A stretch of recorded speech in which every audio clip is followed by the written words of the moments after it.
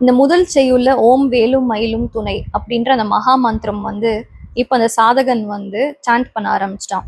அதுக்கப்புறமா இந்த சாதனையின் மூலம் தான் அடைய வேண்டிய இலக்காகிய அந்த மெய்ப்பொருள், அதுவும் அந்த 2-3 செய்யுள்ள வந்து அவனுக்கு தெளிவா தெரிஞ்சிருச்சு. இப்போ அடுத்த ஸ்டேஜ் என்ன அப்படின்னா, அவன் என்ன பண்ண ஆரம்பிக்கிறான், அவன் ஸ்கிரிப்சர்ஸ் படிக்க ஆரம்பிக்கிறான், அவன் சத்சங்ஸ் அட்டன் பண்றான், ஆசிரமம் போறான்.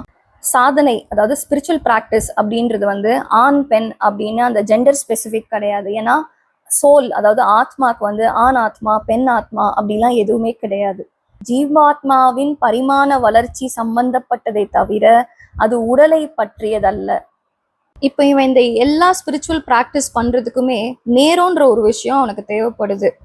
ஆனா அவனுக்கு முதல்ல வர்ற தடை எதுன்னு பார்த்தா, ஸ்தூல ரூபத்துல இருக்கிற மனைவி மக்கள் போன்றவர்களால் ஏற்படும் வெளி சுற்றுப்புற சூழ்நிலை தடைகள் தான் முதல் தடை அப்படின்னு சொல்றாரு. இதுதான் ஃபர்ஸ்ட் அவன் ஓவர் கம் பண்ணும். இங்க மனைவி மக்கள் அப்படின்னு சொல்லியிருக்காங்க. ஆனா இதுல கணவன் மக்களாவும் இருக்கலாம், இல்ல ஃபேமிலியில இருக்கிற யாரா வேணா இருக்கலாம், brother sister parents whoever it can be. ஏன்னா family is the biggest karma. Family தான் பாண்டேஜ். இப்போ இந்த ஸ்பிரிச்சுவல் ஆஸ்பிரண்டோட கோல் என்ன? To deepen the relationship with God. ஆனா இந்த ஃபேமிலி பாண்டேஜ் வந்து அவனோட டைம் எனர்ஜி எல்லாத்தையுமே கன்சியூம் பண்றதுனால அவனோட சாதனை வந்து இந்த இடத்துல பாதிக்கப்படுது. ஆப்ஜெக்டிவா ஃபேமிலின்றது ஒரு பாண்டேஜா இருந்தாலும், அதாவது குடும்பம் ஒரு பந்தமா தோன்றினாலும், இது உண்மையிலேயே நம்மளோட பூர்வ ஜென்ம கர்மா. அதனாலதான் இந்த மாதிரி ஒரு ஃபேமிலி, இந்த மாதிரி ஒரு சூழ்நிலையில நம்ம ஆத்மா வந்து போடப்பட்டிருக்கு.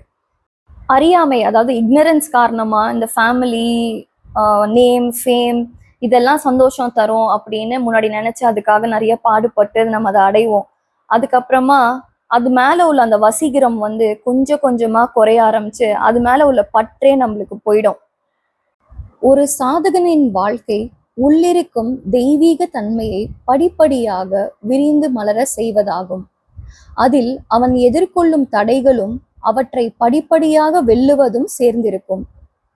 சாதனாலாம் ஸ்டார்ட் பண்ணிட்டோம், இப்போ கடவுள நோக்கி போயிட்டு இருக்கோம், ஸ்பிரிச்சுவல் பாத் வந்து பெட் ஆஃப் ரோசஸா இருக்கும் அப்படிலாம் நம்ம நினைச்சிட்டு இருப்போம். ஆனா அது இல்லை. நம்ம பாதையில நிறைய அப்டக்கிள்ஸ் வரும்.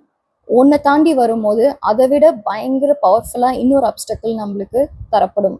ஸோ இது ஏன் இந்த மாதிரி காட் நம்மளை டெஸ்ட் பண்றாருன்னா, ஹீஸ் டெஸ்டிங் அவர் வில் பவர். நம்ம இச்சா சக்தி வந்து அவர் டெஸ்ட் பண்றாரு.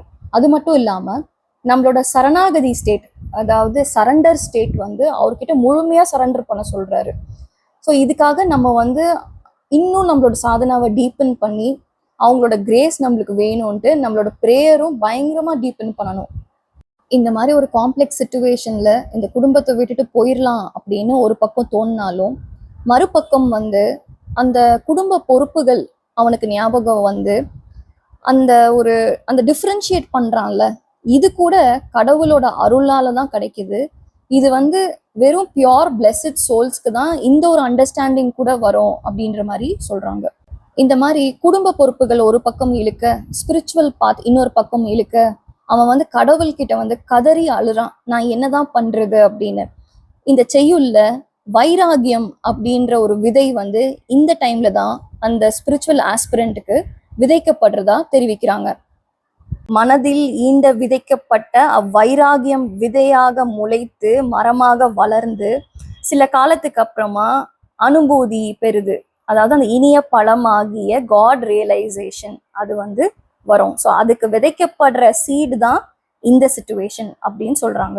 இப்போ இந்த சூரபத்மனை வந்து அவர் வேளால அழிச்சாரு, அதுக்கப்புறம் அந்த கிரௌஞ்சா மலையை வந்து உடைச்சாரு, இது எல்லாமே வந்து பேரபிள்ஸ் மாதிரி. மலை அப்படின்றது வந்து கர்மாவையும், சூரபத்மன் வந்து அவித்யா, அதாவது இக்னரன்ஸ், அதையும் குறிக்குது. ஸோ இந்த ஸ்டேஜ்ல ஒரு ஸ்பிரிச்சுவல் ஆஸ்பிரண்ட்டுக்கு வந்து தெளிவா தெரியுது நம்மளோட கர்மா அவித்யா இது எல்லாமே வந்து முருகனால மட்டும்தான் ரிமூவ் பண்ண முடியும் அப்படின்னு. அருணகிரிநாதர் சொல்றாரு, ஒரு தீவிர சாதகன் இந்த பாடலை வெறுமனே சில முறை திரும்ப திரும்ப பாடினாலே கண்ணீர் விட தொடங்கி விடுவான். மேலும் அது பெரும் கருணை படைத்த கந்த பெருமானின் இதயத்தை நெகிழ செய்யும். தாமரை பூ சேத்துல எப்படி வளர்ந்து அதோட ஒட்டாம இருக்கோ, அந்த மாதிரி இந்த உலகத்துல நம்ம வாழணும், ஆனா அதனால நம்ம அஃபெக்ட் ஆகக்கூடாதுன்ற மாதிரி சொல்றாங்க. வைராகியம்ன்றது நம்ம வாழ்க்கையில இருந்து ஓடி போறது கிடையாது, அங்கே நின்று லைஃபை கிளியரா பார்த்து அதோட ஒட்டாம நம்ம வந்து நான் அட்டாச்சாக இருக்கணும். என்ன ஒரு சூழ்நிலையாக இருந்தாலும், good or bad, let the world be burnt to ashes, I am untouched by it அப்படின்ற ஒரு ஆட்டிடியூட்ல இருக்க சொல்றாங்க.